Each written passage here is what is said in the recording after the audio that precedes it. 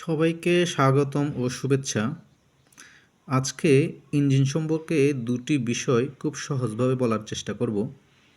প্রথমটি হচ্ছে যে ইঞ্জিনটা কি, তারপরে আলোচনা করব যে ইঞ্জিনটা কেন এবং কোথায় ব্যবহার করা হয়।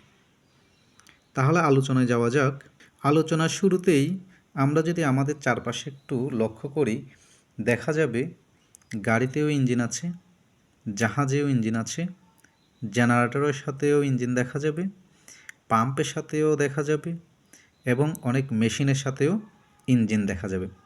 তার মানে এই দাঁড়াচ্ছে যে ইঞ্জিন দ্বারা ওই সকল যান বা মেশিনগুলো চালানো হচ্ছে। উদাহরণস্বরূপ আমরা যদি শুধু গাড়ির কথা বিবেচনা করি যে ইঞ্জিন কীভাবে গাড়িকে চালায়, তো গাড়ি কখন চলে? গাড়ি তখনই চলে যখন তার চাকাগুলো ঘুরে। দ্যাট মিন্স এই দাঁড়াচ্ছে যে আমরা ইঞ্জিন দ্বারা গাড়ির চাকাগুলোর ঘোরানোর ব্যবস্থা করে দিয়েছি, তাই গাড়ি চলে।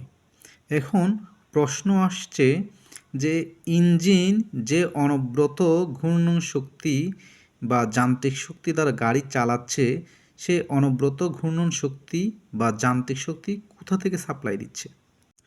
আমরা জানি শক্তি অবিনশ্বর, তাকে এক রূপ থেকে অন্য রূপে রূপান্তরিত করা যায় মাত্র। দ্যাট মিন্স এই দাঁড়াচ্ছে ইঞ্জিন যে ঘূর্ণন শক্তি বা যান্ত্রিক শক্তি অনবরত সাপ্লাই দিচ্ছে, তার উৎস হচ্ছে অন্য কিছু, অর্থাৎ অন্য কোনো শক্তির উৎসকে কনভার্ট করে যান্ত্রিক বা ঘূর্ণন শক্তিতে সাপ্লাই দিচ্ছে। তাহলে প্রশ্ন আসছে সেই শক্তির উৎসটা কী?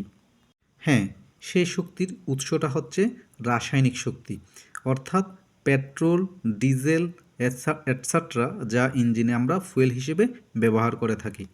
সে জ্বালানি ইঞ্জিনে যতক্ষণ সাপ্লাই দিবে ততক্ষণ আমরা ইঞ্জিন থেকে যান্ত্রিক শক্তি পাব। যখনই ফুয়েল বা জ্বালানি সরবরাহ বন্ধ হয়ে যাবে তখনই ইঞ্জিন বন্ধ হয়ে, দ্যাট মিন্স সে নিজেও চলতে পারবে না। তাহলে ইঞ্জিনটা কি? সেই বিষয়টি একটু যদি গুছিয়ে বলার চেষ্টা করি, তাহলে দাঁড়াচ্ছে ইঞ্জিন হচ্ছে এমন একটি স্বয়ংক্রিয় যন্ত্র যা রাসায়নিক শক্তিকে, অর্থাৎ এয়ার প্লাস ফুয়েল মিক্সারকে প্রজ্বলিত করে তাপশক্তি উৎপাদন করে এবং সেই তাপশক্তিকে যান্ত্রিক শক্তিতে রূপান্তরিত করে নিজে চলে এবং অন্যকে চালাতে সহায়তা করে। এবার দ্বিতীয় প্রশ্নে যাওয়া যাক যে ইঞ্জিন কেন এবং কোথায় ব্যবহার করি।